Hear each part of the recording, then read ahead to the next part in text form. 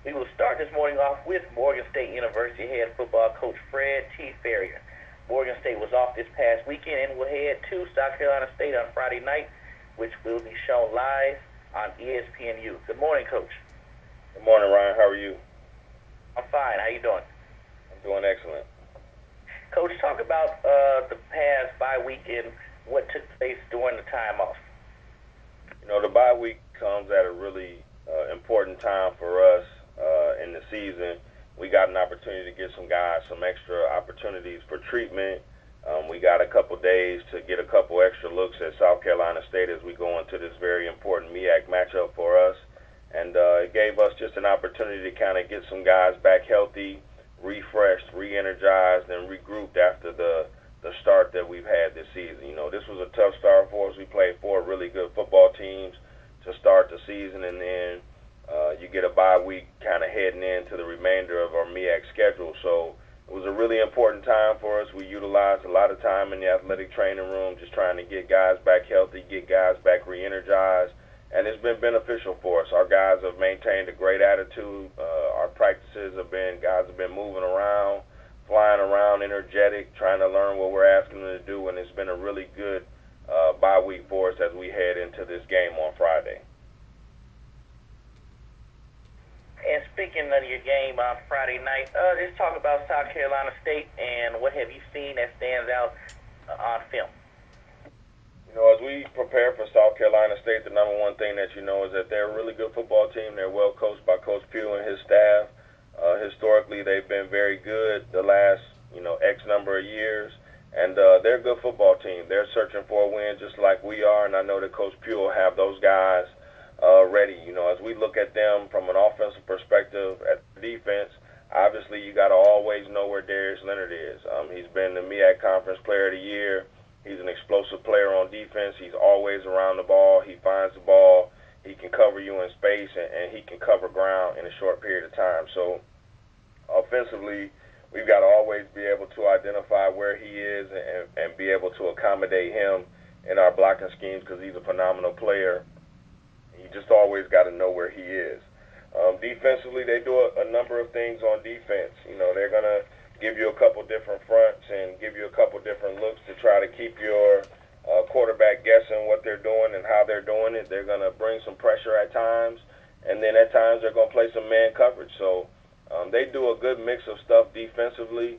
It forces you to prepare for a lot of things, and we hope that we'll be able to control their pass rush, be able to pick up blitzes, and then hopefully we can have some opportunities where we can make some plays if they're blitzing or if they're in coverage or whatever that is. But number one, defensively, we got to know where Darius Leonard is. We got to be able to identify the different types of fronts that they're using and make sure our guys know what they're doing in the plays that we're running and that we're trying to have some success with. But they're very multiple defensively. We'll have to have a plan for that, and then we'll got to be prepared for the blitz. They played North Carolina A&T last week. Held them to 21 points, and really the game was contested very well. I mean, it was a well-played football game. It wasn't a whole lot of scoring and all that kind of stuff. So you just know that they're a good football team. They're searching for a win just like we are. As we look at their offense, they're talented offensively too. They got a number of guys. They got 3 offensive linemen returning. Their quarterback, their tailback, their fullback. They got a receiver, a tight end, 2 receivers who have all started games for them the previous season, and those guys are really good players. So we've got to be able to have a plan and understand what it is that we're trying to do, what they're trying to do, and those guys are big up front. Robbie Stevenson and Victor Ishmael and Justin Evans are all guys who have started games for them, and they're big guys, and those guys play with a high level of confidence, knowing that they can execute what they want to execute and try to get their running game going and protect the quarterback. They haven't given up a bunch of negative plays, so their receivers make plays for them. They're catching balls down the field. Traquan DeBose and Demontrez Burrows are both making plays. Those guys Demontrez is a big 6'2", 200-pound guy, and Daquan Caldwell Traquan DeBose is a fast guy who's making plays for him and doing all those things. So we gotta know where those guys are. We gotta be able to minimize the big play opportunities, and we gotta kind of keep everything in front of us, and we gotta make tackles.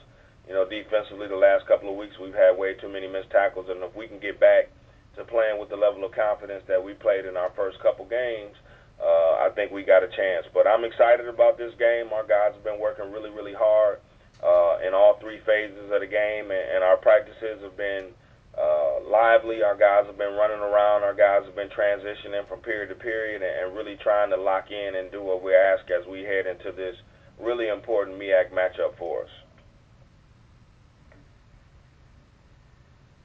Thank you, Coach. We'll now open up the call for questions from the media. Thank you. Ladies and gentlemen, if you would like to register a question, please press the 1 followed by the 4 on your telephone. You will hear a 3-tone prompt to acknowledge your request. If your question has been answered and you would like to withdraw your registration, please press the 1 followed by the 3.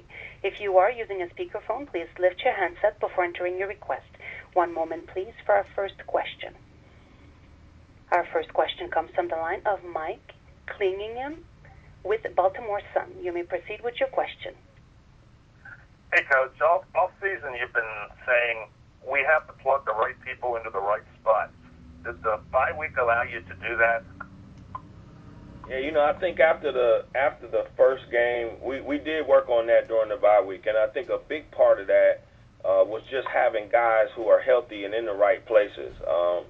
We got a couple young guys playing offensive line who we did not anticipate as starters at the beginning of the season, and then after our first game, our starting center, who started every game here the past 2 seasons, goes down with a knee injury, who's been out games 2, 3, and 4. So you're scrambling trying to get the guys in the right spots. We were very inexperienced at wide receiver, so we were trying to figure out who were the guys that can make some plays for us, and that continues to be an ongoing thing. Getting our run game going is very important because we got guys who we feel are very productive players in Erik and Herb Walker, but if you don't have guys that know what they're doing up front and can block for them, it's difficult to get your run game going, not to mention we played 4 really good teams to start the season. So the bye week allowed us to get some guys back healthy. It allowed us to go back and kind of do a comprehensive evaluation of where guys are and who the guys are that have been most productive for us and try to make sure we're finding ways to get those guys the ball and get those guys in the right position. But the bye week was definitely beneficial for us. We got a couple guys back from a health standpoint, got a little bit of extra rest and recuperation for a number of guys who've been playing banged up. And then we were able to kind of evaluate some guys and make some decisions on who we think gives us the best opportunity to be successful as we move forward. Defensively, we've played a number of guys. You got A.J. Agbelis who goes down, and now you're kind of scrambling on your defensive line trying to figure out who's going to replace his production. He's a guy who's played in every game the last 3 years and is a defensive captain for us and kind of a leader of our defense. So, you're trying to replace leadership as well as production. So is he out? Is AJ out or is he back in now? No, he's still out at the current moment. He's on a rehab plan, and they're trying to figure out what his long-term prognosis is, if we can get him back at a point this season, or if it's something that he needs to get surgery on and kind of head into the off season. So they're still kind of assessing. Center back Cooper Carkin comes back this week, so we've been able to get him out at practice a few times, and get some reps with him. So we feel good about that. Obviously he's a leader for our offensive line and our offense, and that gives us a little bit more confidence and a little bit more toughness up front as we head into these games against good teams. But the bye week was good. We were able to kind of get some guys back in the right spots, and hopefully our evaluation of our guys just in terms of who's playing well and guys that we need to focus on, we've been able to get that done as well during this time. The last question, is this the week that Eli Staley has the breakout game everybody's been waiting for? Well, we hope so. Last week he threw for over 300 yards, and he threw for over 300 yards and got his first college touchdown pass. That's the first time in his college career that he's thrown for 300 yards, and I don't even remember the last time that a quarterback at Morgan State threw for over 300 yards. So, We didn't come away with a win, but from a production standpoint, I'm not sure that last week wasn't a glimpse of things to come. He threw 2 interceptions, which we're all unhappy about, but again, as we got a chance to evaluate the film, those balls really are thrown where they're supposed to be thrown, and we got guys, running the wrong routes and not doing the things that they're supposed to do, which is their job to ensure that guys are in the spots to pick off balls. So we expect him to continue to develop and continue to get better. Hopefully we can protect him a little bit better to where he's got a little bit more confidence back there and he can find guys who are open and get the ball to him. But even last week he's got a couple of missed throws, and hopefully we can clean that up and he can continue to get better and do the things that we hope he can do to help us be in a position to win games and compete for a MEAC title as we move forward into this season. Our next call this morning comes from Tallahassee, Florida, as we talk to third-year Florida A&M head coach Alex Wood. The Rattlers fell to North Carolina Central last Thursday, which was also on ESPNU, and we'll head to Norfolk State on Saturday afternoon. Good morning, Coach. How you doing? Ryan, good morning. How are you? I'm fine. Coach, talk about last week's game from your perspective after looking at the film. Well, to wrap it up, it seems like it's a long time ago because it was last Thursday, and we've actually moved on to Norfolk State, but we just didn't play good enough, didn't score enough points in a nutshell.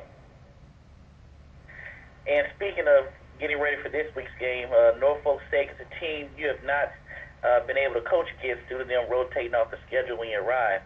Talk about Norfolk State from what you've seen during your film study.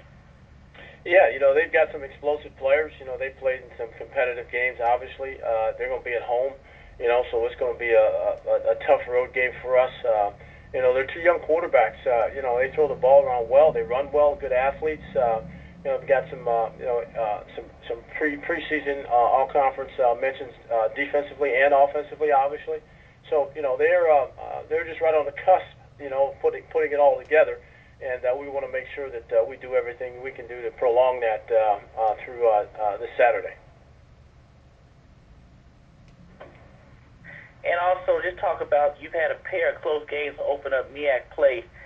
Basically, with one play determining the outcome of the games the past 2 weeks, what's the message you relay to your team as you approach the remainder of the season? No, just to keep working hard. Keep working hard. Let's get ready for the next one. There's still games to play, and we got a chance to even our record this Saturday, so that's what we're focused on. Thank you, Coach. We're going to open up the call for questions from the media. Thank you. Ladies and gentlemen, to register for a question, please press the 1 followed by the 4. One moment, please, for our first question. Our first question comes from the line of Lute Williams with the Black College Sports page. You may proceed with your question. Good morning, Coach Wood. You talked about a team like Norfolk State being on the cusp. I think Ryan asked a little bit of that about you really being on the cusp of beating a team like Central. What do you think is, other than not scoring more points than they did, what do you think was the element in your game, in your team's plan or your team's play that really was lacking in terms of getting the win this past week? Well, I just reiterate what I said. We just didn't play well enough, and we didn't score enough points.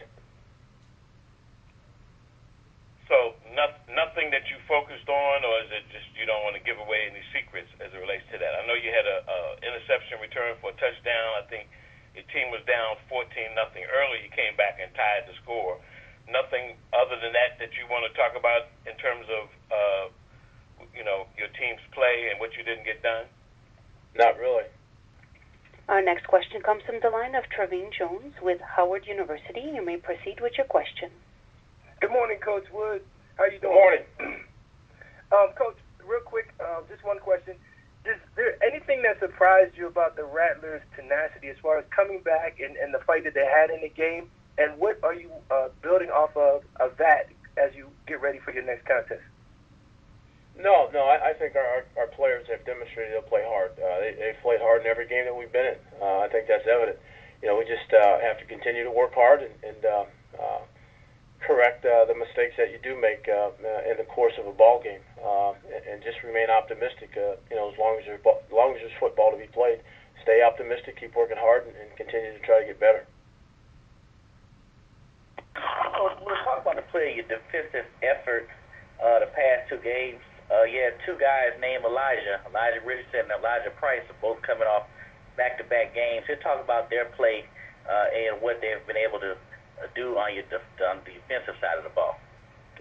Well, obviously, Price has pressured the quarterbacks well, hurried the quarterback. He caused a fumble in the last game. So, he continues to press on and play with good energy, and just got to maintain that. And Elijah Richardson, has been a very active player at linebacker.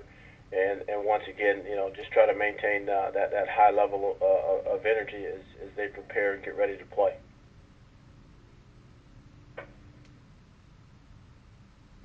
And it was also positive to see Devin Bowers had another good game at running back. Just talk about his development, and is he becoming that featured back for your team, or he is just experienced in terms of him playing more games?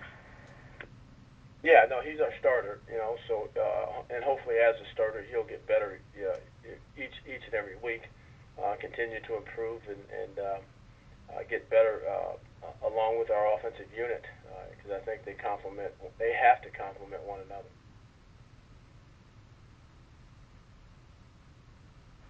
And then also just talk about coming up to Norfolk this week, a road contest. I know you're getting into the meat of the MEAC schedule, so just talk about getting ready for such a long trip, and how do you get your team physically ready for the travel in addition to the actual game? Yeah, playing on the road is always interesting, and it's always different. You got to do all the preps, in terms of travel and those kinds of things. So it's the general stuff that you go through, to play on the road, and we've done it before, and so we'll continue to just get ready to go and travel up to Norfolk and play that game Saturday afternoon. And also, in terms of your team's confidence, you opened up the season, won a tight game against Savannah State, and then also you played the defending champions basically down to a difference of one play. So in terms of their psyche, they know they can compete each and every week on the level of a championship. Well, we just need to win as many games as we can, plain and simple, really, no matter who it is. And, that's kind of the message that we've talked to them about, is just continue to improve, continue to work hard, and good things will happen for you. Next up, we have third-year Bethune-Cookman coach Terry Sims. The Wildcats defeated Savannah State this past Saturday, and will have the weekend off for the first time this season. Good morning, Coach. How you doing? Good morning, Ryan. I'm great. How about you? I'm fine, Coach. Coach, talk about last week's game versus Savannah State and what stood out during the contest. Well, first and foremost, I think it was for us, for our team, it was great to be home. It was the first time this season that we played at home. Had a great home crowd. Had an opportunity to have our band behind us.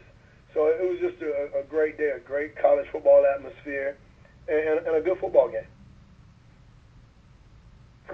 And your defense held Savannah State to 163 total yards of offense and forced 6 sacks. So just talk about their effort this past weekend.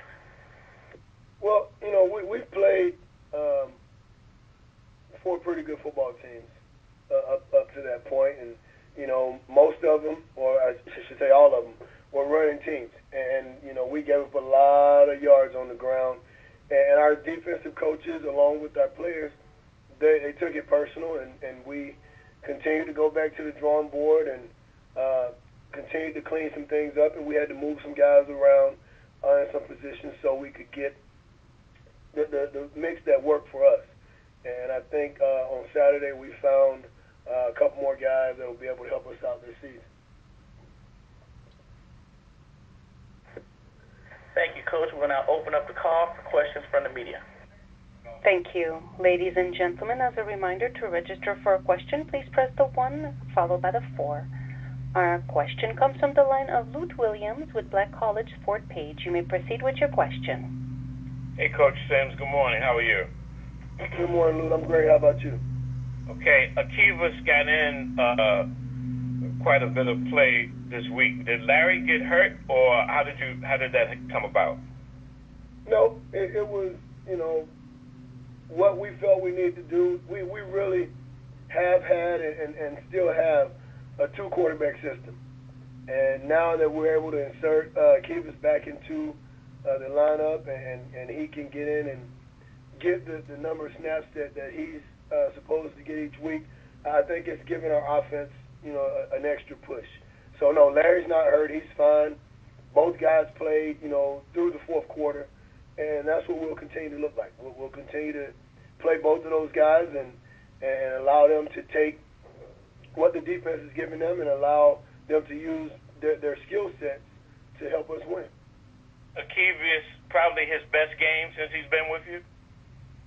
It is, and he is turning into just who we thought he would be. He was kind of thrown in the fire last year because Larry got hurt, and we had two more quarterbacks go down. So he had to play last year, and he just he wasn't ready at that time. But he's grown up now, and he understands the game more. He understands the offense more, and he's able to just go out and play. And Jamaris Tompkins, I saw no stats for Mike Jones. He didn't play on Saturday. No, we didn't play Mike. Mike had a little ankle injury against Howard. He could have played if we chose to dress him and play him, but we just ended up moving Cameron Rigby back to the backfield, and he gave us a few snaps there, along with Tupac being back and with JT being there. So we felt we had three backs that could go in and help us win this football game, and they did. And coming off the tough loss up at Howard, and then knowing Savannah State got you last year, was your team extra motivated for this win? I think they were just extra motivated for a lot of reasons. One, as I said earlier, just being able to play at home for the first time this year, that was exciting moment for those guys. And of course, when someone beats you the year before, you definitely want to come back and have a good showing and put forth the effort to win the football game. And having a loss like we had at Howard, it stings, and it will sting for a while. But the message that we gave our team, we're not going to allow one game to decide our season, and we're not going to allow one game or that game to affect the next game. So we just had to put it behind us and move forward. And you have who after the break, Coach? South Carolina State. Okay. All right. Good luck, Coach. Thanks a lot. Thank you. Our next question comes from the line of Ty Miller with SBN Sports. You may proceed with your question. Hey, Coach Sims, good morning to you. Good morning, Ty. How are you? I'm good, Coach. Luke just mentioned your next upcoming opponent, and I looked at the schedule. You have a murderous row of opponents coming up in South Carolina State, North Carolina A&T, then Hampton. In terms of that, what do you need to work most on during your bye week that you need to fix with your team as you prepare for the meat of the MEAC schedule? Well, we're just gonna go business as usual. I mean, a schedule like this is not new to us. We play this schedule every year, and the teams may change a little bit, but every year it's either A&T, Central, South Carolina State. We're always playing 2 or 3 of our toughest opponents in a row, and we're not going to change the way we prepare for that. We're just going to take them one at a time and prepare for each team the week that we play them and continue to move forward. So this open week, we've definitely focused a lot on fundamentals and making sure we get back to basics and clean up some things and get some guys healthy. We got a couple guys with some bumps and bruises. Get those taken care of. And then our coaches are going out on the road and recruit a little bit to try to give ourselves a little head start for this year's recruiting season. And, Coach, when you talk about cleaning things up, you look at the 13 penalties and the yards you gave up, 5 penalties against Savannah State. How do you go about cleaning that up in practice this week? Well, we just have to recreate the situations, which we do with all of our penalties and negative plays. We will create those situations and walk and talk our guys through them and just hope that it sticks and we don't have that issue again. Hey, Coach, what have you found in your game against Savannah State that maybe did not work against Howard in your previous games? Honestly, we just did not stop the run well against Howard, and you know that's really the only thing that you can look at and say we didn't do a great enough job or a good enough job at being gap sound and stopping the run when we needed to stop it. Okay, Coach, thanks a lot. Appreciate it. Ladies and gentlemen, as a reminder, to register for a question, please press the 1 followed by the 4. There are no further questions at this time.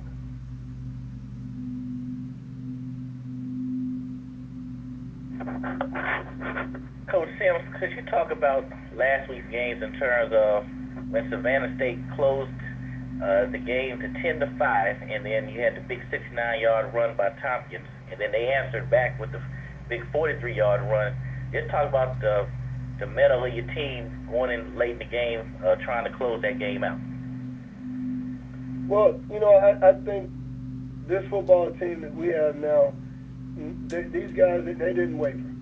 And, you know, we thought we had a little bit of momentum when JT scored. And as you just stated, they came right back, and they scored on a 43-yard run. But the energy on our sideline didn't leave. And I think, you know, our football team took a huge step on Saturday because, you know, each guy on offense, they knew what they had to go out and do. And our defense knew that they had to go back on the field and stop them. So I don't think that it was a downer or letdown with them scoring.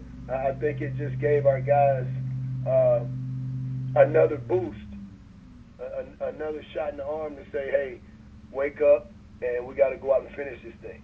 And they did just that. And having the 200-yard rushers, just talk about that because look like that your depth in the backfield is getting better, in saying that Mike Jones didn't play also. Yeah, and it was just as we figured it would be. You know, we didn't feel like we should play Mike on Saturday. He could have played, but like I said, he wasn't 100%, so I would rather let him go ahead and heal up. JT is more than capable, and as I said, Pough was back, and Cameron Rigby came in and ran the ball well. And it didn't hurt adding Akevis Williams to the mix at quarterback and him gaining, 100-plus yards on the day. So having those guys do what they came out and did on Saturday was great. You know, the backfield depth is great for us right now, but definitely having number 10 back helps our offense out a whole lot. We will now be joined by Delaware State head coach Kenny Carter. Delaware State was off this past weekend and will return to action this Saturday at North Carolina A&T State. Good morning, Coach. Good morning, Dev. Good morning, Ryan. I'm sorry. Coach, talk about your bye week and what areas were addressed during the time off. Well, we had a great bye week. It was really good. One thing that I did is I went to either breakfast or dinner with each position group, and just to kind of get the kids' perspective on where we are, what we're doing, what things from their perspective that we need to try to address. And when you give your kids the opportunity to have conversations in an open environment, in a relaxed environment instead of in the offices and things of that nature, you get a lot of really good information. And the information that I got back was really good. Yeah, we know that we're making too many little mistakes that are the difference in the game. Physically, we are finally able to play with everybody, and now you just can't. You got to bring it all together and not let the little things that, for example, having two penalties. We had 14 points taken off the board because of penalties last week, which was the difference in the game. So little things like that, you got to prevent that, and you're not going to manufacture things. You just got to go play and be fundamentally sound the whole time. So that's really what we got out of it. We got good work, a lot of competition. It was fun. It was a fun week. And speaking of being close and competing physically against teams in this conference now, did you look much at the previous games, or you just took snippets and focused on the remainder of the schedule that's coming up? No, we did everything in its entirety. The open date, the one thing about open date, especially after you played 4 games, that's when you do your self-scout. So we sat down and we went through everything from the kicking game to the offense to defense, the things that were good, the things that people have either hit as explosion plays against us or almost explosion plays against us on defense, and then on offense, the things that we've had success and why we had success, where we have problems. Is there a consistency in a specific kind of blitz that people are bringing to us? Is there a specific front and movement line stunts that people are consistently doing that give us issues? So those are the kind of things that we spent that time trying to make sure that we were able to kind of get ourselves right moving forward. Thank you, Coach. We'll now open up the call for questions from the media. Thank you. Ladies and gentlemen, to register for a question, please press the 1 followed by the 4. Our first question comes from the line of Ty Miller with SBN Sports. You may proceed with your question. Good morning, Coach Carter. Good morning. When you spoke with your defensive group, when you had lunch with them, what were the conversations like, being that you are last in defense right now in terms of conference rankings? Well, a lot of that comes down to West Virginia. When they put up all those numbers they did in the passing game, I'm sure they've had a lot to do with it. Rushing-wise, I think we're probably in pretty good shape. We held Hampton to 5 yards at halftime, and I can't remember exactly what the total was at the end. And Norfolk State only rushed for 58 yards total in the game. So I'm sure a bunch of that is from passing yardage. But we just play. We just play. You put yourself in a good situation, and we got some things we need to shore up in the secondary. But you just keep playing football. That's all you can do. I don't get too caught up in statistics when it comes to trying to fix issues. What you get caught up in is what you see on film and where people are attacking you and trying to fix those deficiencies. And when you're talking about fixing deficiencies, I know you look. It's a game by game basis, but if you look back on the game in 2016, A&T gashed your defense with 351 yards rushing, and I did notice within the West Virginia game that your defensive line is more physical. Do you expect them to be more physical in this game against A&T? Well, it's a totally different defensive front that played them last year. We haven't. Matter of fact, the starting front, only one person started against those guys last year. Well, I think they picked 3 people, the 2 linebackers and 1 down guy. The rest of the guys haven't played. And they had the majority of that gashing was Tarek Cohen, so he's doing that in the NFL. So I don't feel so bad about that. Okay, Coach, thank you, and good luck this weekend. I'll say thank you. Ladies and gentlemen, as a reminder, to register for a question, please press the 1 followed by the 4 on your telephone keypad. Our next question comes from the line of Donald Ware with Bucks 2 Row. Please proceed with your question. Good morning, Coach Carter. How are you? Good morning. I'm great. How are you? Doing good. Do you feel like your team is better now than it was at this time last year, and if so, why? Oh, it's not even close. Absolutely, we are. We could very easily be sitting here at 3-1 instead of 0-4. I mean, that part of it is frustrating, and it's just little things. It's the difference of, and it's every game. Every game could be the same way. It's the difference of about 3 or 4 plays that in every game that has created the situation that we've been in. Like I said, we had 14 points we had 14 points taken off the board last week, the last game because of 2 penalties. And you can't talk about officiating, but it is what it is. But that is the thing, and what we can do now is at this point now, we physically can play with everybody, where we couldn't do that in the 2 previous years. And so you got to do the little things. I've been talking about how we have to learn how to grind out games and not worry about if a team answers, then what do? You just got to get that first win. Once you get that first win, then you put yourself in a position where mentally you can manage things. We're still 85% freshmen, sophomores, if not 90.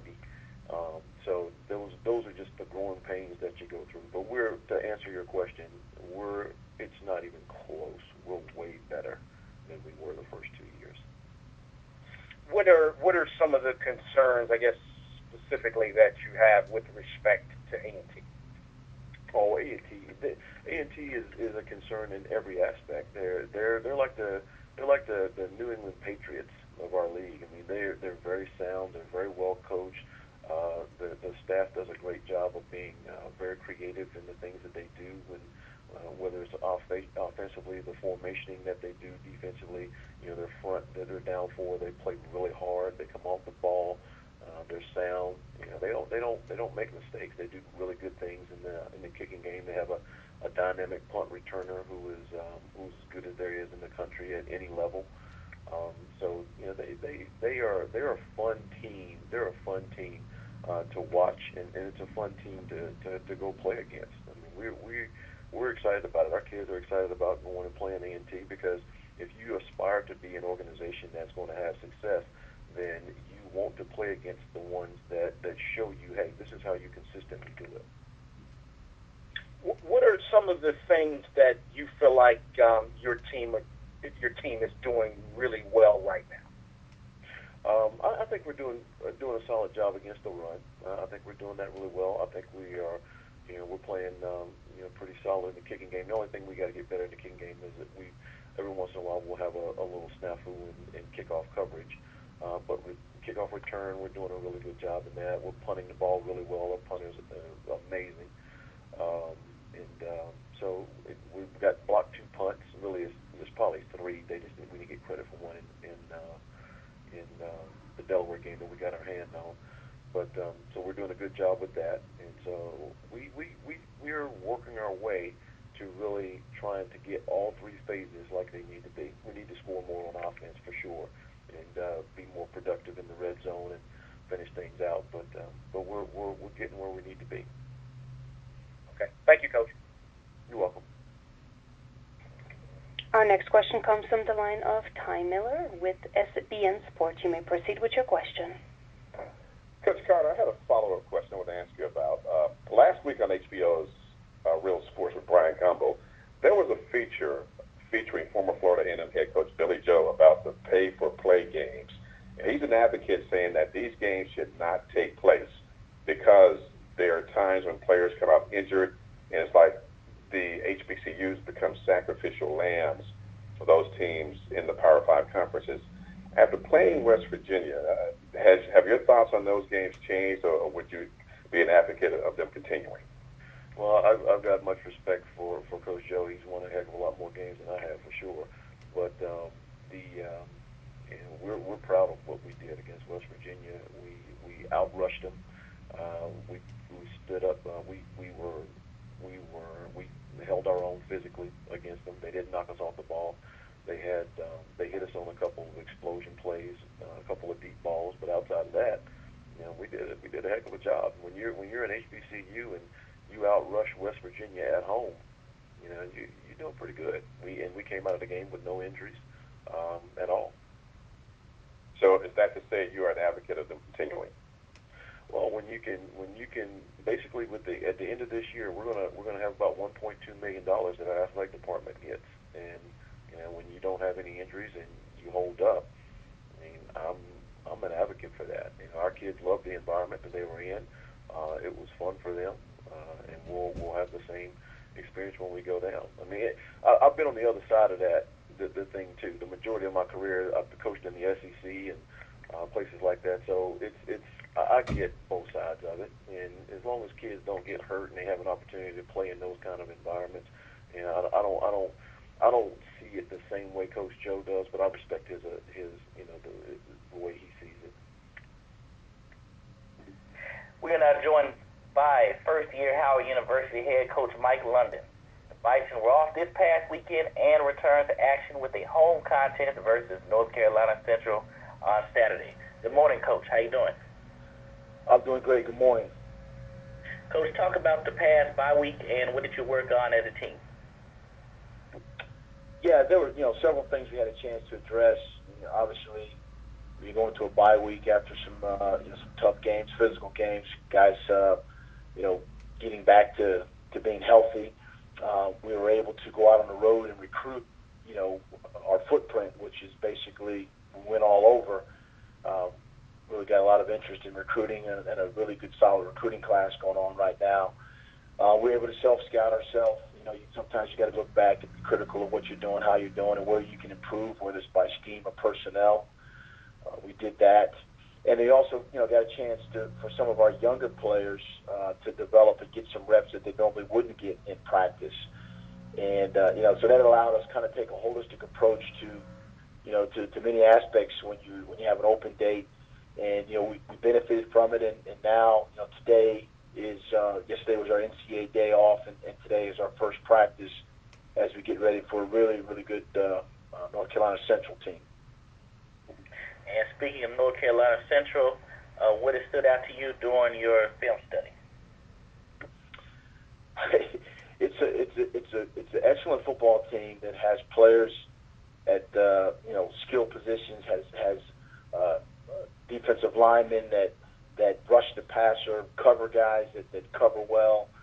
So they're really good in a lot of spots. And Coach Mack his staff has done a good job in being consistent over the years that he's been there in developing his players in that program. So we're going to have to play our best football game, even though we played 4. We're going to have to play our best game because they present the challenges of being a team that is not really deficient in any area. They play hard, and there's a culture of winning that their players have subscribed to. So it's something that we want to do. We want to get to that point, and we're slowly moving in that direction. But it's a veteran. They have a veteran program, and that's one of the things that you always look at when you're building your own. Thank you, Coach. We'll now open up the call for questions from the media. Thank you. Ladies and gentlemen, to register a question, please press the 1 followed by the 4 on your telephone. Once again, it is the 1 followed by the 4.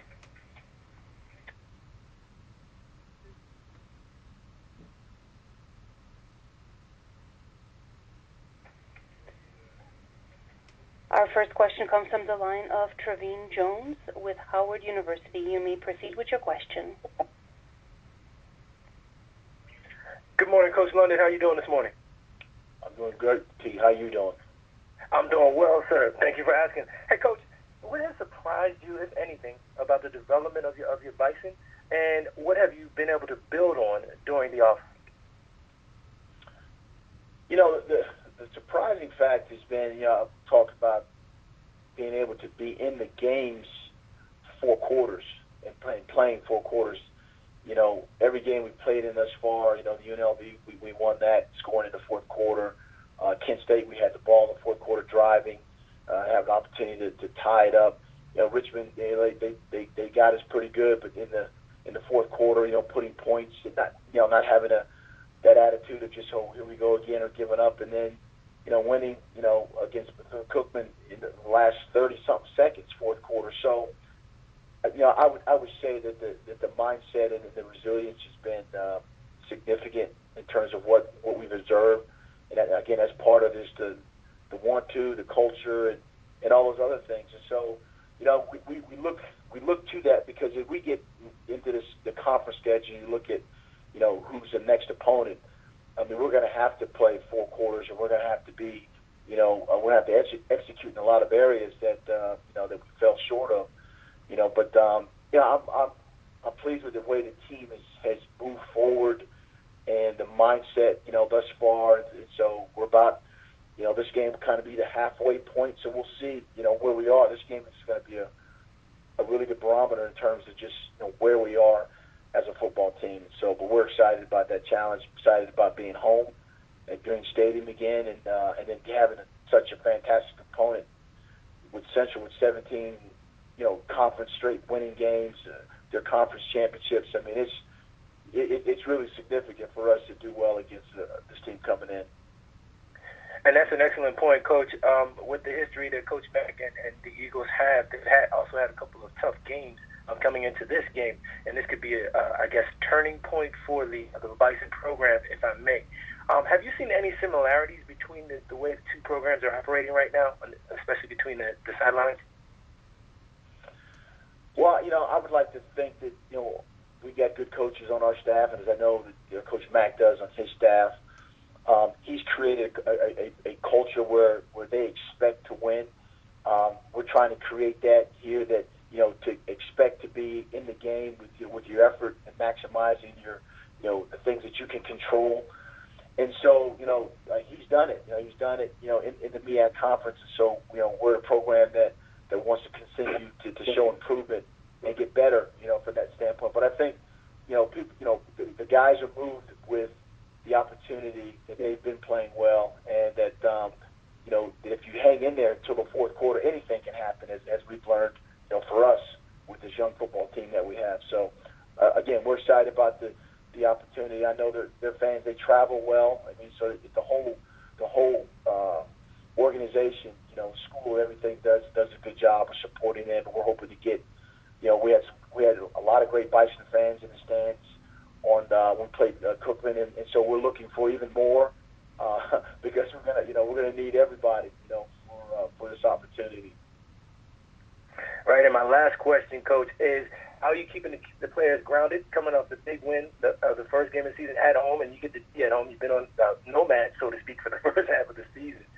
Is there a method to the magic as far as keeping those guys grounded as you prepare for the Eagles? We keep talking about the standards, about going to class and doing the things you're supposed to do. I mean, they're students, and so there's an expectation in the classroom.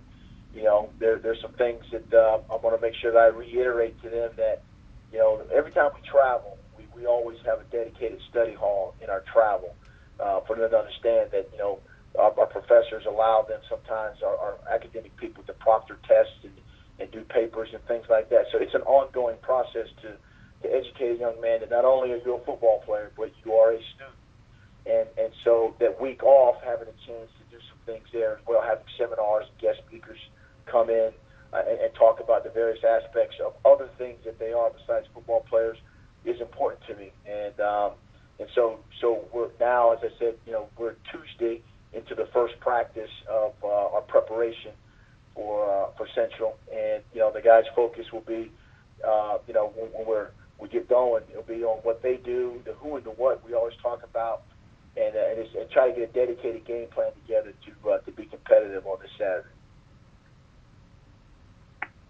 Coach London, always appreciate you, sir. Good luck this weekend. Thank you. Appreciate it. Our next question comes from the line of Ty Miller with SBN Sports. You may proceed with your question. Good morning, Coach London. How are you? Hi, Ty. I'm doing great. Thank you. When you look at this game with your offense and their defense, it's one of those classic matchups where if you can run successfully, you could probably win this game. However, they give up 2.9 yards per carry, and they have one of the stingiest run defenses in the league. So how key will what happens in the trenches be in this game? That's a great point that you make. I mean, it's critical. I mean, you look at offensively, we're scoring, over 30 points, and, they're giving up about 25. But on the other side, teams have put points up on us as well. So our defense is going to have to outplay their defense with the help of our offense to be able to move the ball. I mean, our total offense is something that, whether it's rushing or throwing, is something we're going to have to continue to keep capitalizing on. We've done a great job in terms of running the ball, but they have so many weapons. Like I said, they got a great defensive end that rushes up the field and creates havoc. They have corners that will get up in your face and play man, a safety that comes down, and a linebacker that's as good as anybody. So, we're going to have to, our tempo is something that's critical for us, but at the same time, we just have to make sure that we don't allow them to create a bunch of, 3 and outs, and then you put your defense back on the field. So there's some things we've been practicing, we've been doing, just try to, go a different tempo, do some different things personnel-wise. But yeah, you're right. I mean, it's going to be critical that when our aspects, offense, defense, and particularly special teams. I think field position is going to be critical in this game as well, as far as where you start with the ball. And so we're working on those things. We worked on it during the open week, but those are things we've been dedicated our time and efforts on. I also want to ask you, Coach, about first downs in terms of how key will it be in this game to make sure that you keep your team out of third and long situations against a team that can get up in the field and get after the passer. Yeah, I mean, that's another great point. I mean, first downs, ultimately you want to have makeable third down situations. You don't want to be in third 10, third 9 long situations. So your first is, matter of fact, on Tuesdays we practice first and second downs, and those are critical in terms of the staying on schedule, as people say. So it's going to be important for us that if we're throwing the ball, that we provide maximum protection, that we provide routes that increase accuracy or increase the amount of the receivers catching the ball. And so, and then those second downs are going to be critically important as well, because you don't want to get into third and 10, as we say. So, we've been about a little over 35%, third down wise. I think that's one of the things that you look at, because you want to keep the ball moving. But as you point out, it's going to be important for us on these first and second down calls not to get behind schedule, because they have such good personnel on defense. Last question, Coach, I want to ask you about, you said that there was a lot of excitement during the time you were off about recruiting. What were some of the conversations like with the young men in high school when they talked about the fact that Howard's really got a lot of national recognition lately, particularly with the win over UNLV? Yeah, it's interesting, social media and something like that can happen when it has national implications to it. The school already has a national reputation in terms of academics. Like I said, I believe I got a really great staff, and so we traveled all over. I mean, we were all over the country on our open week, and the name Howard resonates already with a lot of people. But then when you have the social media, the television coverage, and the stuff that the MEAC does and promotes, our brand, I'm talking about the whole conference's brand, then you have young men that take a second look, because it may not be about an FBS offer that they have, or even a high-level FCS offer. It may be something about what an HBCU, particularly what Howard has to offer, and that's what we're experiencing now. And we just want to keep that moving in a positive direction for us. Norfolk State University head coach Latrell now joins us this morning. The Spartans were off this past weekend and will return to action versus Florida A&M this Saturday. Good morning, Coach. Good morning, Ryan. Coach, talk about what was accomplished during your bye week. Well, obviously, we got the opportunity to get back and get some guys rested. We split the week practicing and getting our staff on the road recruiting. Trying to identify players in the area and all over in our regional recruiting areas. But at the end of the day, like I said, we worked on Norfolk State, we worked on Florida A&M, and we're very fortunate to get a few injured guys back that'll be ready to go versus A&M this week. And for the second game in a row, I feel like I have to ask you the same question. You're playing a team that hasn't been on Norfolk State's schedule since 2014 in Florida A&M. Just talk about Florida A&M for what you've seen on film. Coach Wood's doing a tremendous job. When you look at the offensive blueprint, it's an offense that's very well coached. Defensively, their defensive line is as scary as I've seen in our conference. They've got a defensive end that just dominated the game versus Central last weekend.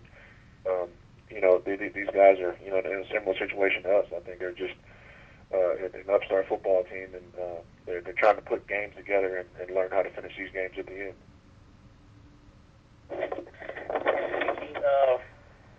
Florida and on the defensive line, your freshman quarterback, Juwan Carter, definitely we know will have a challenge, but he's coming off a big game a few weeks ago. How much did that help translate into his confidence during practice last week? Well, it gave him some confidence. Obviously, he's going to be a starting quarterback, and he's not looking over his shoulder anymore. But, right now it's 2 weeks ago. And this is a what have you done for me lately business. We're going to continue to simplify the playbook for Booty. And obviously, we understand that we can't throw the ball 46 times every week to win football games. So we're going to have to try to find creative ways to run the football, but also continue to get the ball in the skilled guys' hands on the perimeter. Thank you, Coach. We'll now open up the call for questions from the media. Thank you.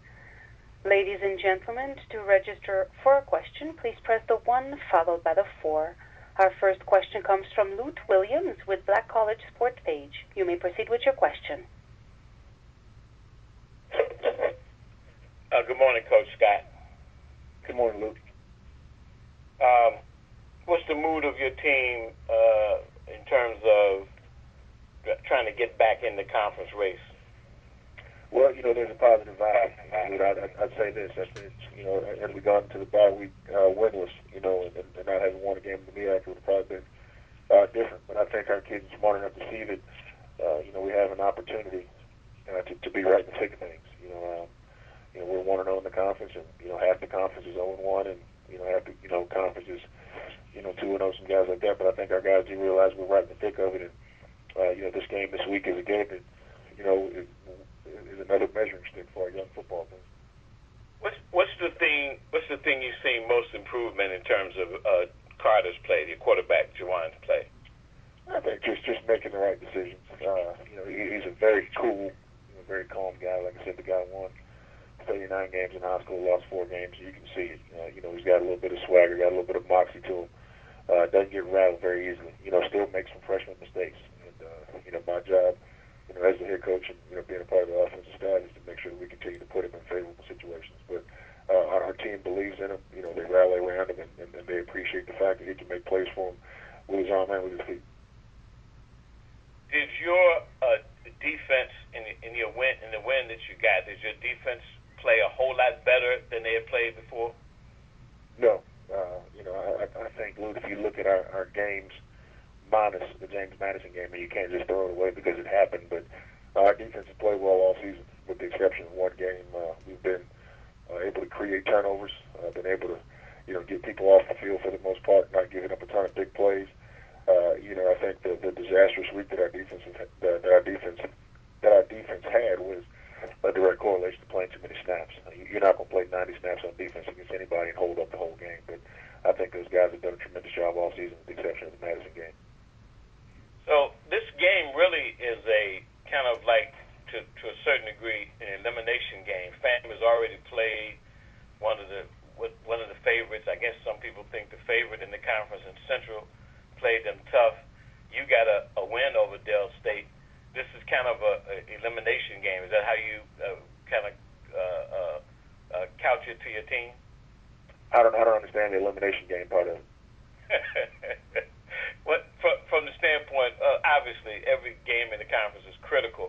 You've gotten off to a good start. Fam has had a tough loss as well as a good win.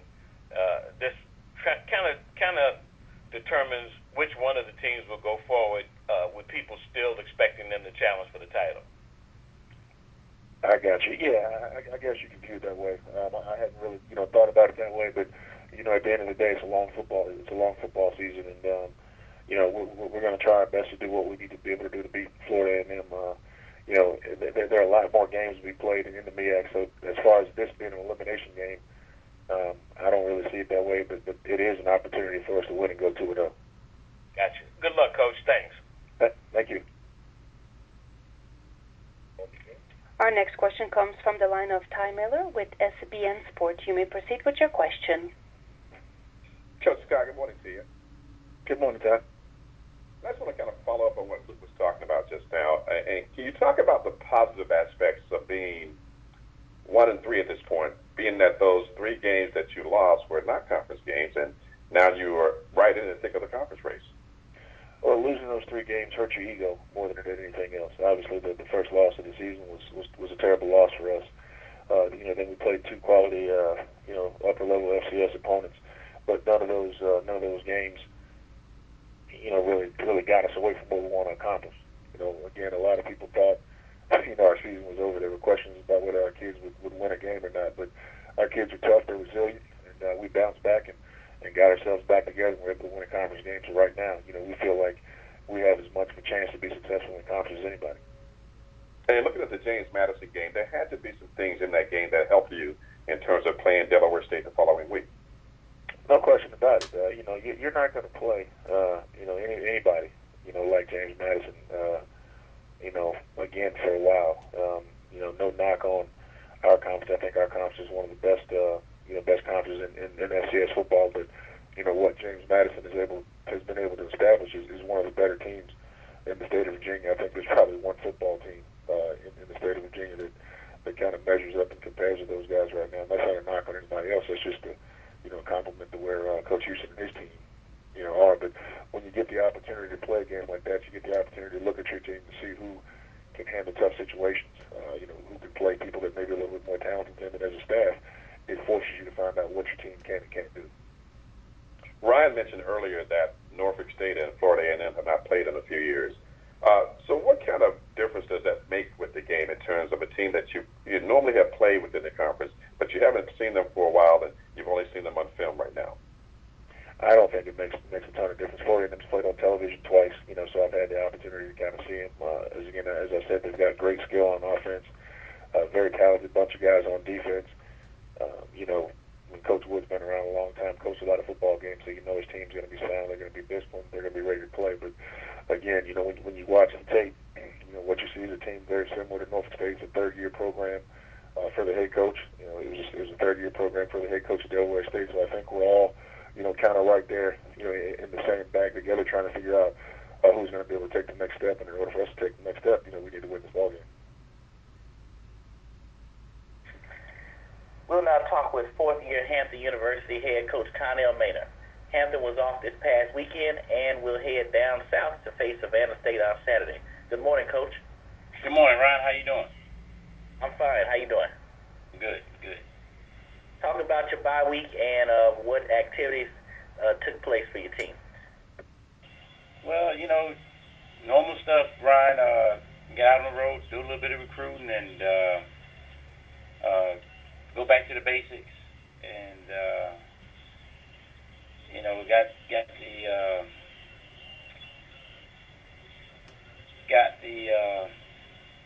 got some conditioning in. I thought we was need to get some conditioning in. I thought that was big for us this off season, and then this off game, and then able to get guys that didn't play to the little bumps and bruises to heal up, get some extra treatment on those guys, try to get back to full steam here, and get ready for the stretch run. So just normal basic stuff that you're doing in the off week.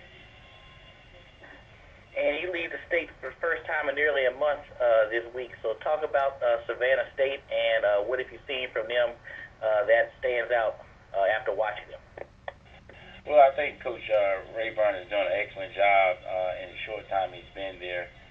He's definitely got those guys playing hard, and they're very competitive. They've been in every game, man. They're a couple of plays, one player away from maybe being 2 or 3-0 in the conference. So they played a very good game last week and had a goal line stand, I think, the week before. So Coach Raeburn done an excellent job with those guys. That defense is flying around, man. Those special teams is good. They still trying to find their way on the offensive side of the ball, I believe. But they got a lot of talent over there, and they're just trying to put it all together. But they got some guys that can rush the passer, man. That defense fly around, and you better be ready to play. You better be ready to play for 60 minutes because they're making the turn. Coach, we meet again. Talk about your quarterback, Delman Williams, and his progress after 4 weeks of play. Dale is playing. He's playing pretty well, at times. And we just got to get him to be a little bit more consistent. He's a dual threat guy. He can hurt you with his feet or he can hurt you with his arm. He's still making some adjustments with the system, and now that we got these 4 games in the open week, he knows his wide receivers and teammates. So we're expecting him to play at a high level more consistently. He's had some great moments, but then he has some so-so moments. So if we can get him to continue to play at a high level more consistently, we have a great chance to be successful on offense. Coach, in last year's game against Savannah State was pretty close down the stretch till you pulled away. So does that linger on in your team's mind, knowing the type of team that Savannah State has? Yes, we talked about that. Last year they played us tough, and it was really a close game, probably closer than the score indicated. And they're playing hard this year, and they've been in every game. And we're not sleeping on Savannah. We got to go down there, and it's their homecoming also. So, we look forward to the challenge. It's going to be a great challenge, and we know they're going to fight us for 60 minutes, and we'll be prepared.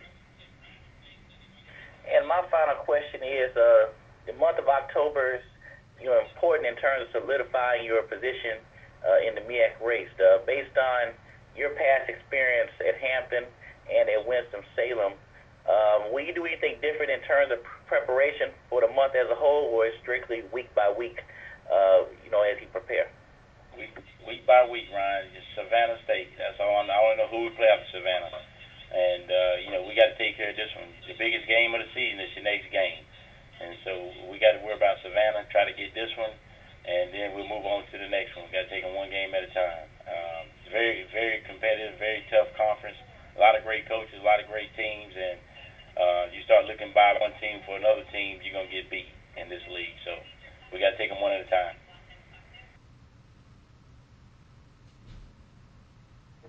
Speaking of Savannah State, we're now joined by Savannah State head coach Erik Raeburn. The Tigers fell at Bethune-Cookman this past week and will return home for homecoming to host Hampton University on Saturday. Good morning, Coach. Morning.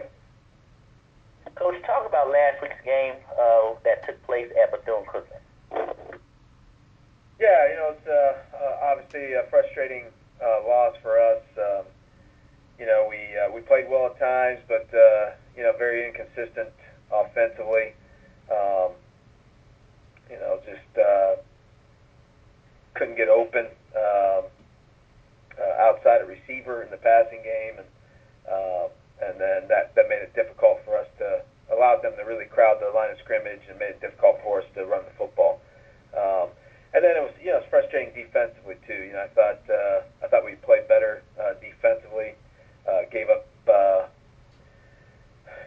couple really huge plays when we were trying to fight our way back into it. I think we gave up 300 yards rushing. So those are things that we didn't think we would let happen, but fell victim to it on Saturday. And despite that, Coach, your team has been involved in several close games the past 2 weeks. And as a coach, what do you focus on to keep the morale high, knowing that you're basically a few plays away from being 2-0? Yeah, we just try to point out the times where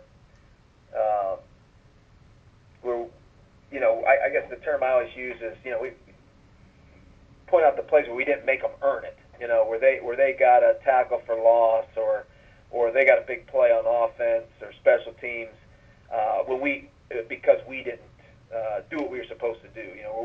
It's one thing, when you execute your assignment and one of their players, everyone has good players, and if one of their good players just makes a great play, you can kind of live with it. But we just have too many gifts. Too many times where we're giving the other team a big play because of a lack of execution on our part. And talk about this week's opponent in Hampton as you return home for homecoming. So you have to deal with that homecoming factor in addition to a tough opponent in Hampton. Yeah, obviously, we we've been very impressed with them on film. I think they've been outstanding on defense. I think they're good at all three levels of the defense. I'm particularly impressed with their D-line. Last year's game, that's what really I thought turned the tide in their favor was their defensive, their interior defensive linemen made it real tough to run the ball inside, and then last year they killed us at defensive end. Both those guys that kind of played the bulk of the game were in our backfield constantly, and both of them had a bunch of pressures on the quarterback, a couple sacks, some tackles for loss in the run game, and really disruptive, and they kind of overmatched us up front. So we're hoping that we can do a better job and hold up a little better than we did a year ago. They also really dominated us on special teams. That is one area that I think we have played better through these first 4 games. I think we have improved, significantly on special teams. We're not where we need to be yet, but we've played better. So hopefully we can, find a way to break even with them instead of them having such a huge advantage like they did last year. And then, defensively, I think we've played well at times. We just haven't been consistent. This past week we gave up 300 yards rushing, which I didn't think we would do. And 2 weeks before that we gave up over 300 yards passing. So we've been inconsistent. We've had breakdowns in different areas and given up too many big plays. But hopefully we're going to settle in. And we're getting to game 5 now, and it's time for the young guys who are playing for the first time. It's time for them to kind of settle into their position and start executing their assignments. Coach Raeburn, you had another 100-yard rusher this past week in Rashad Saxton. Talk about who is he, and just talk about the improved depth now you have in the backfield as he goes along with Gibbons. Yeah, obviously we lost Uriah Oliver with an injury late in the FAMU game, and but man, we really felt good about the way Rashad stepped up and ran the ball. I feel like he's got good vision. He does have. He's not a big guy, but he does have excellent quickness. So if we get him started, he can run away from people. But we got him loose a couple times, and he made big plays for us. But just weren't able to consistently do it enough for us to win the game. But I thought he played really well. Kind of jumping in there after and taking the bulk of the carries after the injury last week to Uriah. And, Coach, having such a young team, especially in key areas of offense, as a coach, how do you deal with their growth and knowing that mistakes will be made at times, from that perspective? Yeah, I guess the thing we try to focus on is that, we feel like we do have a lot of young players. We got a ton of, I think we had 26 true freshmen that have played for us so far, but the thing we keep trying to tell ourselves is that, when you have young, talented players that make mistakes, it's not as frustrating because you feel like all the coaching that you pour into them, at some point it's going to pay off because they have the talent and the skill to play at a high level. You just got to keep investing that coaching into them and keep working with them, and eventually, you kind of coach those mistakes out of them, and then they have the talent to play at a real high level. So I feel like our talent level is higher than it was last year, but unfortunately, it's difficult to play. It doesn't matter what level you're at. It's difficult to play, with a bunch of freshmen in there.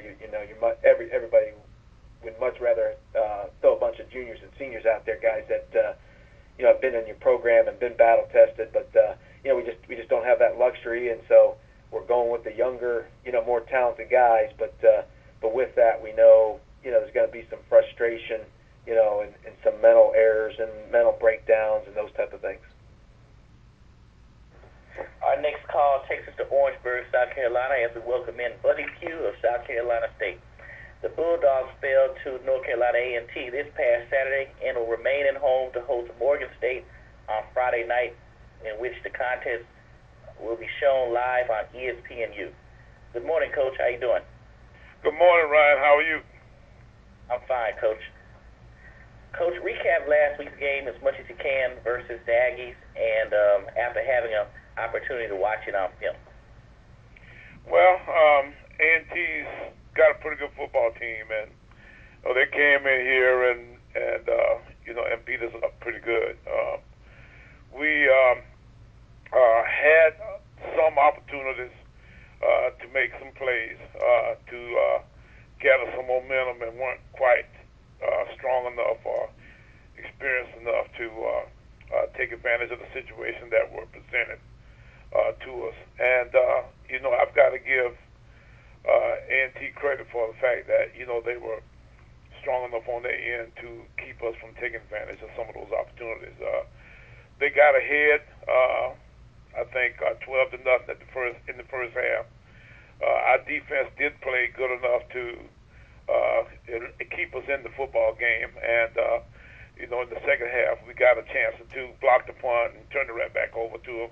Got a score toward the end, but we weren't able to mount enough or create enough for, on the offensive side to actually do much to challenge them. And coming off an emotional game to a rival such as A&T, how quickly do you have to move on, knowing that you had a short week?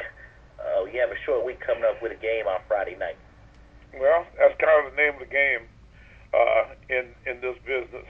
You can't stand there and mull over, the bad things that happen to you, for very long, because you got the next game right there upon you. So we were back at it partially Sunday. We've had a couple practices now, Monday and Tuesday, to try to get ready for Morgan. It's going to be a pretty good thing. I started to try to see if I could get Morgan to maybe come down here on Wednesday. We could practice against each other like those guys do in the NFL for a couple of days. We could practice Wednesday and Thursday, and then play the game on Friday night. Maybe we can get one of these teams to the point where we will be a better football team. We need a lot of work. Yes, Coach. We will now open up the call for questions from the media. Thank you, ladies and gentlemen. To register a question, please press the 1 followed by the 4 on your telephone keypad. Our first question comes from the line of Lute Williams with Black College Sports Page. You may proceed with your question. Mr. Williams, you may proceed with your question. Your line is open. He's talking to somebody else.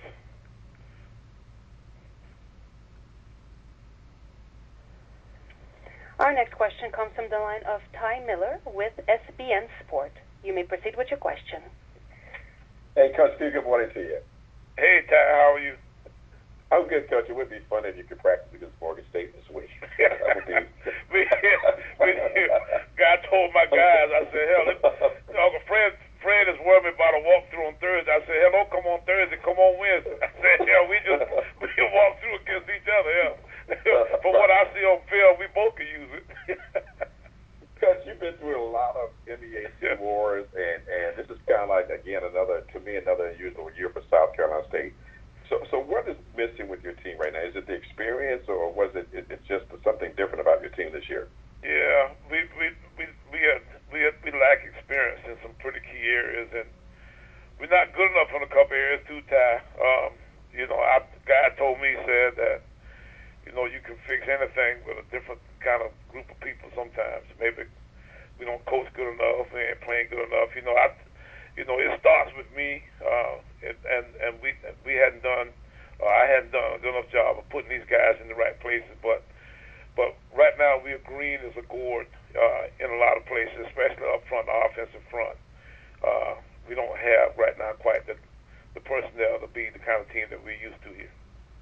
And Coach, you know, a lot of people do say when you can't change the people, you change yourself. So are there any things that you'll reassess what you want to do, how you may do things? Well, let me tell you what, we tried to twist and turn every angle, you know, that you can figure right now to, you know, figure out how to get us going.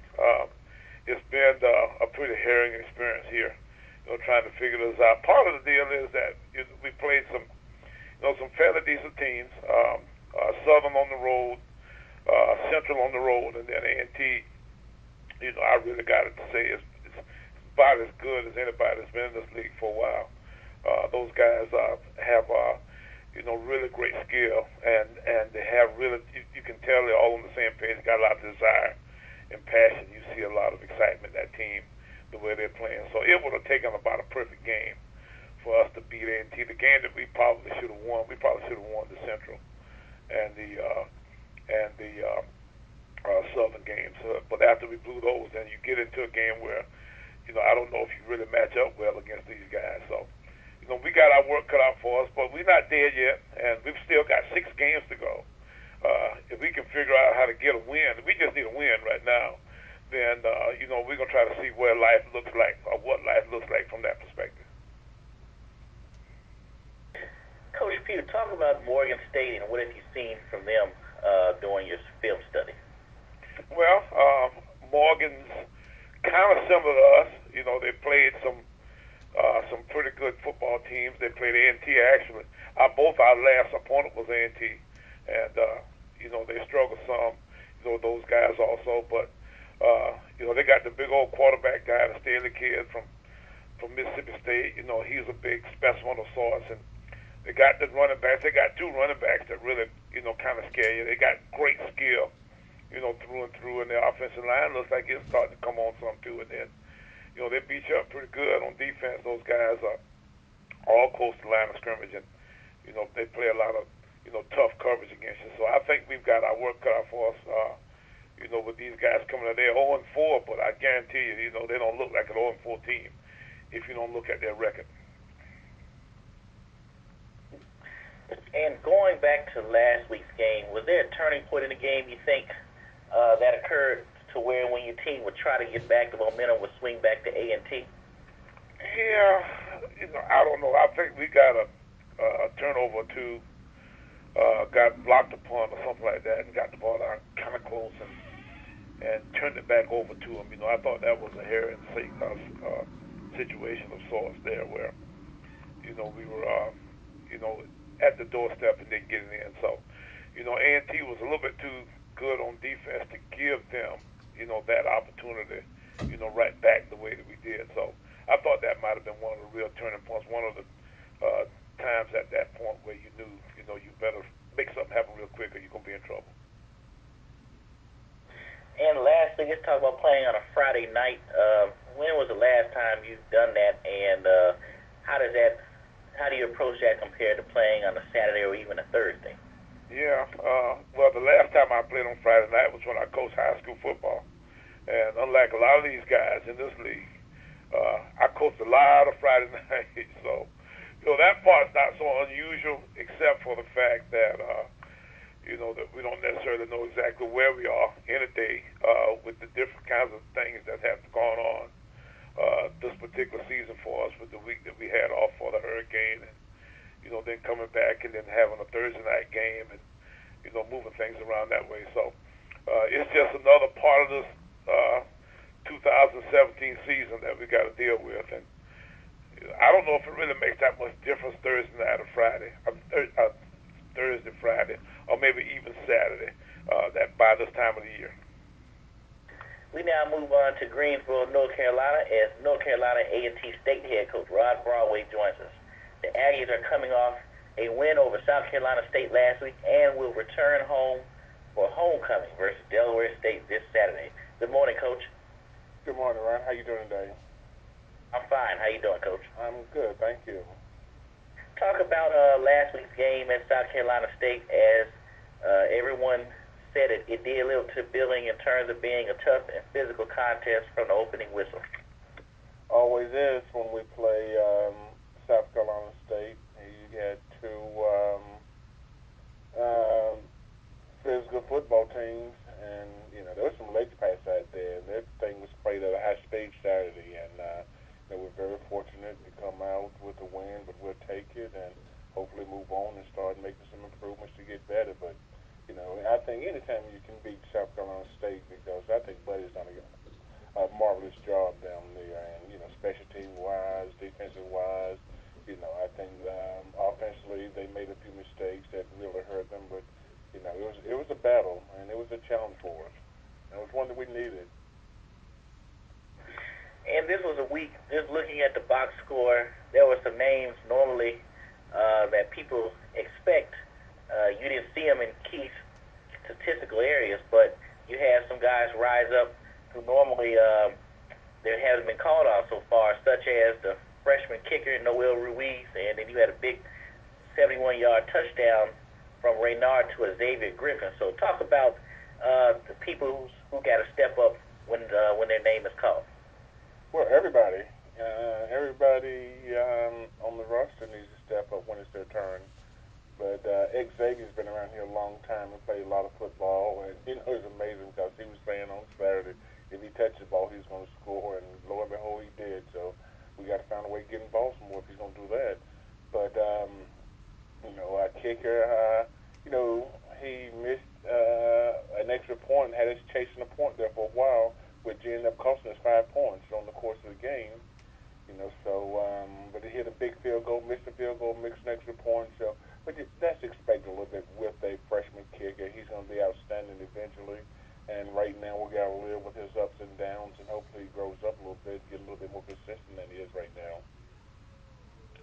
And this week you're finally back at home, but it is homecoming, so we all know what comes with a homecoming contest.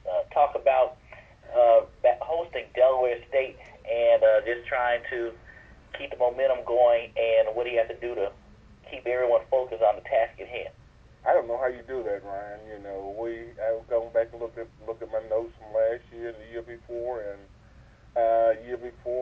it's the same thing. It's hard trying to get a team focused when you have that many activities, around here going on this week. We want our guys to be a part of it, but we also want them to understand that they need to reserve some energy and come out focused and tuned in what we need to do on Saturday afternoon. Thank you, Coach. We'll now open up the call for questions from the media. Thank you, ladies and gentlemen. As a reminder, to register for a question, please press the 1 followed by the 4. Once again, to ask a question, please press 1 followed by the 4 on your telephone keypad. Our next question comes from the line of Ty Miller with SBN Sport. You may proceed with your question. Coach Broadway, good morning to you. Good morning, Ty. How you doing? I'm good, Coach. Coach Carter referred to your team as the New England Patriots of the MEAC. I just want to get your reaction to that. Tell him he needs to stop smoking. Coach, one thing offensively, we found out that, a lot of people were asking how the Aggies were going to replace Tariq Cohen this year. And it seems to me that, you replaced it with a 1-2 punch of Cartwright and Smith. Can you talk about those two guys, particularly Cartwright? Yeah, we thought, Cartwright would be an outstanding player. And, he's not Tariq, but he's a good player. He really is. He's an all-conference type player in this league. And he's physical. He's a downhill type runner. And he doesn't mind attacking the tackler when he's out there in front of him. But we thought he had all MEAC type potential, and he's playing well now. He's rounding out. He's gotten into shape, and he's executing at a pretty good pace now. And then we bring in Jamari, and he's doing a good job for us. So we have a couple of running backs that we really feel good about. The last couple of years, last year you the final score was lopsided against Delaware State, but the year before, the Hornets always seem to play A&T tough. What is it about this team that makes them, one of the tougher opponents that you have on a yearly basis? Well, I think what they do, I think Kenny does a good job. I really do. And you look at him, and, I know this sounds like coaches talk, but, he does a good job. Scheme-wise, they know what they're doing. Offensively, they know what they're doing. Kicking game-wise, they know what they're doing in defense. They have a a team that if you look at, and I heard Buddy say this earlier, it doesn't look like an 0-4 football team. And I've said that for a couple of years, and, they're close to being a pretty good football team. They just missing a few pieces right now and making some critical mistakes at critical times, which we all do. But once he get over home, he's going to have a pretty good program up there. Because I have a lot of respect for what he's doing. And when you have a victory like you did last week over a tough opponent, a perennially tough opponent like South Carolina State, and then you go to a team that is 0-4, and you throw in the fact that it's homecoming week, those are a lot of factors to consider in terms of keeping 18 and 19-year-old men focused. And that's a job within itself. And I hadn't figured out quite how to do it yet. Every year, and I go back and look at last year's notes and year before notes, and how do we approach them? What do we talk about? How do we get them ready? And they're more concerned with G-Ho than they are football sometimes, and that's fine. I want them to enjoy, but as I try to get them to understand, these kids don't have anything to do on Saturday. We still have to go play a game. So we're going to let them enjoy Monday, Tuesday, Wednesday, shut it down on Thursday, and come back on Saturday and enjoy themselves some more. But trying to get them focused and locked in is a challenge this time of year, especially during homecoming every year because it's so big around here. Thank you, Coach. Good luck this weekend. All right, thank you, Tom. Our next question comes from the line of Trevin Jones with Howard University. You may proceed with your question. Coach Broadway, good morning to you, Coach. Good morning, Mr. Jones. How you doing today? I'm doing well. Hey, Coach, if you don't mind, talk about the development of your quarterback, Lamar Maynor, on the field, and how is he possibly an extension of you as far as his leadership with the Aggies offense? Well, he's playing well, and I've said this a number of times. Last year before he got hurt, the 4 games prior to his injury, he was completing 72% of his passes, so he was starting to develop then and was coming along. And this year he's a lot smarter. He understands a little bit more. Physically, he's stronger, and he's getting the ball out of his hand. He's really come a long way, and he's really turned into an outstanding quarterback. And, we're proud of him, and hopefully he can continue to get better and make some improvements. But right now, he's making good decisions with the ball. And I would think that one of the keys to his success is the development of that offensive front line that you have. And of course, you have a big leader on that line and a tackle. But talk about the development of the offensive line and how comfortable they make Maynor behind the line. Well, we've gotten better at offensive line. We have some older guys up there now. We're not taking them beating like we used to. And I think anytime you can go down there and slug it out with South Carolina State because they have the best defensive line that we've played this year. And we went toe-to-toe with those guys, and we held our own. We got sucker punch a couple times, but so did they. In the past, we couldn't have held up to those guys up front, but now we're able to stand up to them and fight with them and not get punked. So we were able to stay in there and hang in there for 60 minutes and play against what I thought was an outstanding defensive front. And I heard you and Ty talking about Coach Carter at Delaware State. Anything that surprises you about the Hornets at this point of the year? Yeah, the thing that surprised me most is they hadn't won one because when you look at them play, they're better than that. And I just hope this in the week they piece that thing together. And, they're going to win. It's just a matter of when. So we just got to get focused and go out and play hard this week. We will close out today's teleconference with our final head coach and Jerry Mack of North Carolina Central. The Aggies defeated Florida A&M this past Thursday night and will head to Washington, D.C. to face off against Howard University on Saturday afternoon. Good morning, Coach. How you doing? Good morning, Ryan. Coach, your team was coming off another roller coaster game in terms of the emotions, but you did what you had to do to win. Just talk about last week's game in a nutshell. Well, kudos to FAMU, first of all. Those guys gave us everything that we can handle. Coach Woods got those guys playing extremely hard, and they battled to the end. Fortunately, we were able to come out on the winning side of the game. I thought our kids played extremely well down the stretch. Our defense found a way to, basically keep them scoreless in the second half and hold them to a limited amount of yards. And offensively, we put together some drives when we had to put together a drive here or there. We kind of took a step back in some retrospect as far as some things on offense that we had to get cleaned up. But when it was time to put everything together and win the football game, our guys they came up and they showed up. And watching the past 2 games, it seems like your defense loves playing when the game was on the line. Just talk about their play and how does that inspire the team overall. Well, we knew going into the season that we was going to have a defensive football team. We felt like we was going to have a pretty good defense. You know, we were very young on offense. I don't think we have but like one or two offensive starters right now. And we had some experience on defense along with some guys that are seniors that have played a lot as well. So we really felt like defensively that was going to be the core of what we were built off of until the offense kind of gelled and kind of got into its own. And right now they're playing at an extremely high level. We got all kind of guys flying around and making plays. You know, people talk about the play of Reggie Hunter, our starting linebacker, and Alden McClellan and Antonio Brown. But, you know, there are other guys that's coming to play. Devontae Reynolds has had a pick six the last couple of games for touchdowns. And then you look at Ruben Saunders, that free safety spot is very aggressive and doing some really good things. And then some of our transfers have came in and really contributed and helped as well. So overall, collectively, we're finding our own way as a defense, and they're really starting to understand what we want as far as playing together. And this week you head up to D.C. to face a Howard team that had a week off, and they're riding a bunch of momentum from their previous few games. Talk about Howard and what do you have to do in order to come away with a victory? Well, Coach London's done a great job of instilling sort of an excitement around the program. Those guys are really believing that they can win any ball game, and that's what you see. You know, Howard always had really talented players, but now they're turning the corner some. They got a lot of emotion, a lot of magic going on, as I would say, and you know they're creating magic as well. They're doing really good things. You know, they got some good players who's playing extremely well. It's going to take a lot for us to head to D.C. and try to win that football game. Right now, you know, we have to figure out some things, and we got to get some of our things corrected, and we got to get some momentum going as well. But right now, those guys are playing extremely well in all phases of the game right now.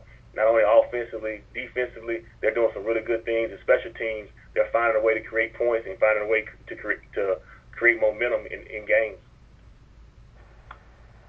Thank you, Coach. We'll now open up the call for questions from the media. Thank you. Ladies and gentlemen, if you would like to register a question, please press the 1 followed by the 4 on your telephone. Once again, it is the 1-4 to ask a question. Our next question comes from the line of Ty Miller with SBN Sports. You may proceed with your question. Coach Mack, good morning to you. How are you? Good morning, Ty. Coach, you know, since the Duke game, your opponents have only scored 13 points in the second half. Can you talk about the adjustments you make at halftime on your defense, which has led to the success? Well, a lot of times in the first half, you're trying to feel out the offense and trying to kind of see exactly what kind of issues they're going to present. Are they doing exactly what they showed that they were going to do on film? And it takes us about a half or so. We kind of try to figure it out a little bit, and then we always have a little different adjustment coming in the second half. Even if things are working, we got some things that we want to try. We want to see if we can tweak some things. So that's Coach Eastman. Coach Granville Eastman has done a great job with our defense. Is putting not only a quality roster and some guys in position to be successful. The adjustments that he makes at the halftime because of what the offense presents, they have really been the key to our victories the last couple of weeks. In the game last year in which you won 30-21, Howard had a couple of long drives. Your team did as well. But talk about this game in terms of how key it will be for your defense to get off the field on third down. Extremely. You know, right now their offense is playing at a really high level. They're an explosive offense. They're finding ways to make and create big explosive plays. And if we can't get those guys off the field on third down, which is the money down, it's going to be tough. You know, we don't want our defense to be on the field a lot, playing a lot of different snaps. We want to keep them as fresh as possible. So, you know, we got our hands full because not only can they, you know, execute plays well, they know how to create plays as well when they break down. A lot of attention has been paid to the quarterback, Newton, and to the running back, Billy. Also, who are some of the other guys on offense, and even if you look at their offensive line, that you're concerned about? Right now, you know, Kyle Anthony is one of the premier players in our entire conference at the wide receiver position. And then also, too, Jaquez Ezzard right now, he's doing a heck of a job as far as making big plays down the field. You know, I think their center, Gerald Wright, is an experienced guy. They got about 4 returning starters up front on the offensive line. And those guys have started to really play collectively as a unit. They're starting to gel. Every game, you see that offensive line just get better and better. And finally, question, Coach, I want to ask you about this MEAC streak that you currently have going. I'm sure there's no pressure for you as a coach, but have your players spoken about that, or are people making a big deal of that? Yeah, I think that's more of the media making a big deal out of it. You know, we just try to get better week to week. Right now, you know, the focus is really trying to go out there and try to find a way to beat Howard University. The streak will take care of itself. You know, all good things, must come to an end one day. So we don't worry about that. We just try to figure out a way to get better and better each week. And last question, Coach. I saw you on the episode of Real Sports with Brian Gumbo talking about the games that Billy Joe referred to as pay-for-slay games. You played Duke this year. Is that something you advocate to keep doing? Well, from a financial standpoint, I think our university is probably always invested. We're going to always probably play at least 1 or 2 money games or guarantee games per year. And it helps our budget. You know, we got an opportunity to have a charter plane to go down to FAMU, have our guys a little bit more well-rested for a conference game. We have been very fortunate in the last few years. We have not come out with a lot of injuries in our guarantee games unless they just been in the normal routine play of bumps and bruises of any game. So it's really not. We haven't suffered a lot of injuries from those caliber games. So here in North Carolina Central, myself and our athletic director and our chancellor, we have decided from a budgetary standpoint, it benefits us to play a couple of guarantee games per year. Thank you, Coach, and good luck this weekend. No problem. Our next question comes from the line of Trevine Jones with Howard University. You may proceed with your question. Good morning, Coach Mack. Always a pleasure talking to you, Coach. How you doing? Good morning. I'm well. Hey, Coach, real quick, talk about the mental focus of your Eagles. You had 2 games that came down to maybe final plays when you look at it. Did the team learn anything from that, and what did you learn about your team from those past 2 games? Well, we try to always preach about having great character and being tough down the stretch. You know, you got to play 4 quarters of college football right now. You know, it's okay. We've been really good in the first quarter the last couple of weeks. We have not been as good in the second quarter the last few weeks. And then somewhere around mid-third to late fourth, we kind of find our way and we kind of figure it out. But at the end of the day, we continue to keep fighting through the entire 4 quarters of football. And that's really what the game's all about. It's easy to get motivated and amped up to go out there in the first 3-4 series of a game, but you know it's a marathon. It's not a sprint. That's what we continue to try to tell our guys and try to keep them focused and understanding that if they continue to fight and continue to hang around in the 4th quarter, then you know everything else is all about guts. And right now we're finding a way to have a few more guts than some of our opponents. And speaking about that, both teams you're about to take on Howard. Both teams seem to fight in the 4th quarter, and both teams seem to always think that they can win the game. Do you see any similarities in the performance of your opponent and your own team? I do. I mean, that's part of building a program. You got to try to find a way to win games, hang around games, and then try to win games in the 4th quarter. This league right now in the MEAC is there's a lot of parity in the league. So that means anybody can win a game on any given day. And what you gotta do is you gotta make sure that you know your guys will continue to fight. We're very similar to Howard as far as you know we're finding ways late in games to try to win games, and that's where championship football kind of starts. You know you want to be able to overcome some of that adversity. You know as you keep going. All our teams are built very similar. We have very similar players. We have very similar deficiencies. But at the end of the day, the teams that can try to find a way late in the game to win is the key. There are not a lot of blowouts when you start getting to conference play. You know, it really boils down to a couple of plays here, a couple of plays there. There's results in wins and losses. And at Howard, which London has the theme Mission Possible, which has gotten the Bison kind of up and going and motivated. Is there a theme that you have or a slogan that you have with your team? Because you've had success for the past 3 years. And then you also have that winning streak in the MEAC. Yeah, we always have a theme going into the season. This year our theme is more than a game, and it just talks about, you know, all the things that you can learn from playing the game of football. Is more than just going out there and winning and losing a football game. It's overcoming the adversity like you get in the 4th quarter because there's going to be some adversity in life and things of that nature. So, you know, our theme is always, for this season, is more than a game.